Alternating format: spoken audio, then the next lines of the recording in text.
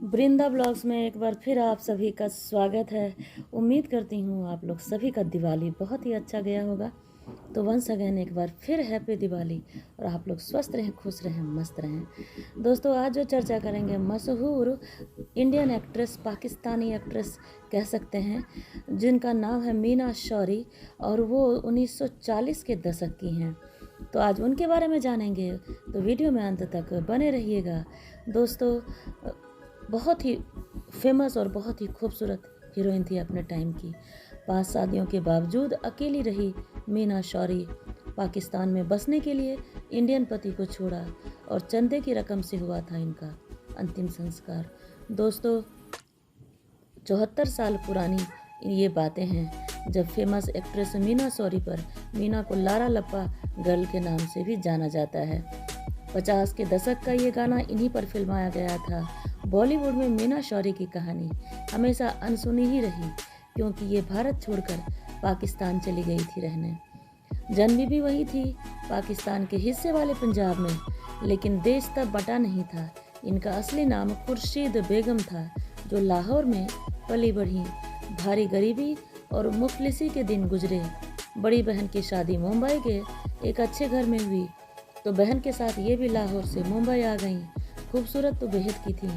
सोहराब मोदी ने इन्हें एक्ट्रेस बना दिया और खुर्शीद बेगम का फिल्मी नाम था मीना शौरी।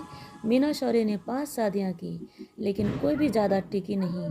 3 शादी भारत में और 2 पाकिस्तान में। दोस्तों, 1956 में ये अपने तीसरे पति के साथ एक फिल्म के सिलसिले में पाकिस्तान गई, तो फिर कभी लौटी नहीं। पति को भारत लौटा दिया और खुद पाकिस्तान की होकर रह गई। इसी पति के लिए मुस्लिम से हिंदू बनी, लेकिन पाकिस्तान में बसने के लिए दोबारा इस्लाम कबूल किया और पाकिस्तान में भी 2 शादियां की, लेकिन वो नाकाम रहीं। इन्हें लक्स गर्ल ऑफ पाकिस्तान भी कहा जाता रहा। वहाँ उनकी ज़िंदगी आसान नहीं रही, मौत से तो उनसे भी बुरी थी। दोस्तों, 17 नवंबर 1921 में खुर्शीद जहाँ का जन्म ब्रिटिश इंडिया के रॉयविड पंजाब में एक बेहद गरीब परिवार में हुआ। ये 4 भाई बहनों में दूसरी सबसे बड़ी बहन थी। जमींदार खानदान से इनका ताल्लुक़ रहा, लेकिन जब पिता की सारी संपत्ति छिन गई तो इनके पास कमाई का कोई जरिया नहीं रहा और फिरोजपुर में इनके पिता ने चंद बिजनेस में हाथ आजमाया, लेकिन हर बार नाकामयाबी ही हाथ लगी। खुर्शीद बेहद छोटी थी जब पिता रंगाई के बिजनेस के लिए लाहौर शिफ्ट हुए, लेकिन यहाँ भी बिजनेस डूब गया। आर्थिक तंगी से तंग आकर पिता माँ और बहनों को खूब पीटा करते थे। दोस्तों, पिता ने खुर्शीद की बड़ी बहन बजीर बेगम की शादी एक सेटल लड़के से करवा दी, जो बॉम्बे में आकर बस गई। और चंद सालों बाद जब पिता के जुल्म बढ़ने लगे तो बड़ी बहन बजीर के खुर्शीद के लिए लड़का ढूंढने की मंशा से उसे और माँ को अपने साथ बॉम्बे बुलाया। मीना को हमेशा से ही अभिनय का शौक रहा, लेकिन मुस्लिम कंजर्वेटिव परिवार इनके खिलाफ था और एक दोस्त की हेल्प से मीना शौरी ने पिता से छिपते हुए लैला मजनू पर बने प्ले में हिस्सा लिया और लैला का रोल निभाया। 12 साल की उम्र में मीना शौरी जैसे ही स्टेज पर परफॉर्म करने पहुंची तो पिता को इनकी भनक लग गई और वो गुस्से में चलती परफॉर्मेंस को से उन्हें खींच लाए। मीना शौरी का अभिनय इतना दमदार था कि उन्हें अधूरी परफॉर्मेंस के बावजूद कई नाटकों के ऑफर मिल रहे थे।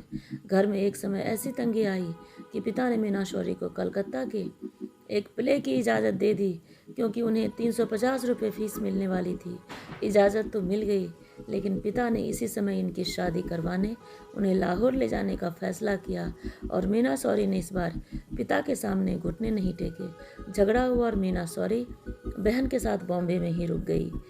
एक दिन मीना शौरी उर्फ खुर्शीद अपनी बहन और उनके पति के साथ सिकंदर फिल्म के मुहूर्त पे गईं और खुर्शीद बेगम खूबसूरत हुआ करती थी। इस इवेंट में उन पे film fair maker Sohrab Modi की नज़र पड़ी और उन्हें तुरंत खुर्शीद को सिकंदर फिल्म के लिए एक रोल देने का फैसला किया और सोहराब मोदी ने ही फिल्मों के लिए खुर्शीद को नाम बदलकर मीना शौरी किया और 1941 में रिलीज हुई blockbuster hit Sikandar film Meena Shorey की पहली फिल्म थी। उन्हें राजा तक्षशिला की बहन का रोल प्ले करने को मिला। सिकंदर फिल्म की शूटिंग करते हुए मीना शौरी को एक्टर प्रोड्यूसर जगूर राजा से प्यार हुआ। दोनों ने इसी साल शादी की 1941 में, लेकिन ये रिश्ता 6 महीने से ज़्यादा नहीं चला। सोहराब मोदी ने मिनर्वा मूवीटोन प्रोडक्शन में बनी 3 फिल्में मिले। पृथ्वी बल्लभ, पत्थरों का सौदागर में भी मीना ने साइड लीड बनकर काम किया और मीना शौरी ने सोहराब के प्रोडक्शन के कॉन्ट्रैक्ट साइन किया और ऐसे में उन पर दूसरे प्रोडक्शन की फिल्में साइन करने पे पाबंदी थी। कॉन्ट्रैक्ट के तहत मीना शौरी को 6 महीने 650 रुपये फीस मिला करती थी। इसी समय लाहौर के रूप में शौरी को लेकर शालीमार 1946 फिल्म बनाने के लिए बॉम्बे आए और लेकिन कॉन्ट्रैक्ट के चलते मीना शौरी वो फिल्म नहीं कर सकी और रूप के शौरी वापस लाहौर जाकर अपना बिजनेस करने लगे। दोस्तों, खुर्शीद काम के सिलसिले में लाहौर गई, जहां उन्होंने दलसुख पंचोली ने 2 फिल्में शहर से दूर अरसी साइन की। जैसे ही इस बात की भनक सोहराब मोदी को लगी तो मीना शौरी के खिलाफ कानूनी कार्रवाई की। कोर्ट केस हुआ और मीना शौरी 3 लाख के रुपये पर जुर्माना लगाया गया।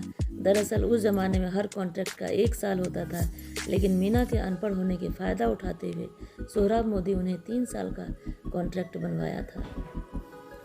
कॉन्ट्रैक्ट रद्द करने के लिए सोहराब मोदी ने 60,000 रुपये मांगे, लेकिन ये उनके लिए बड़ी रकम थी, तो मीना ने इस समय सोहराब मोदी की पत्नी मेहताब की मदद ली। आखिरकार 30,000 रुपये में मामला सेटल हुआ। सोहराब से कॉन्ट्रैक्ट खत्म होने पे मीना शौरी ने लाहौर शहर से दूर अरसी जैसी फिल्म की। बंटवारे से पहले लाहौर में उनकी आखिरी फिल्म पतझड़ रही और 1948 में रिलीज हुई। तो दोस्तों, इस तरह थी उनकी कहानी और उन्होंने बहुत ही मेहनत की अपनी लाइफ में और बहुत ही सक्सेस और बहुत ही अच्छे मुकाम पे उन्होंने रहा। मीना शौरी भारत में तेरी निशानी, अनमोल रतन, ढोलक, 1, 2, 3 जैसी कई फिल्में की और तीसरी शादी की और उसके बाद पाकिस्तान के लिए वो गई। फिर वहाँ भी उन्होंने 2 शादी की, वो शादी भी टूट गई और पाकिस्तानी फिल्मों में काम करते हुए मीना ने प्रोड्यूसर रजा मीर से 4थी शादी की, लेकिन ये भी टूट गई, कारण साल की किसी की जानकारी नहीं थी। और इस तरह से 1958 की फिल्म आखिरी निशान के बाद मीना शौरी को ज़्यादातर फिल्में फ्लॉप होने लगी और कुछ समय बाद फिल्मों में साइड रोल, नेगेटिव रोल मिलने लगे। इस तरह से वो धीरे धीरे फिल्मों से अलग होती गईं।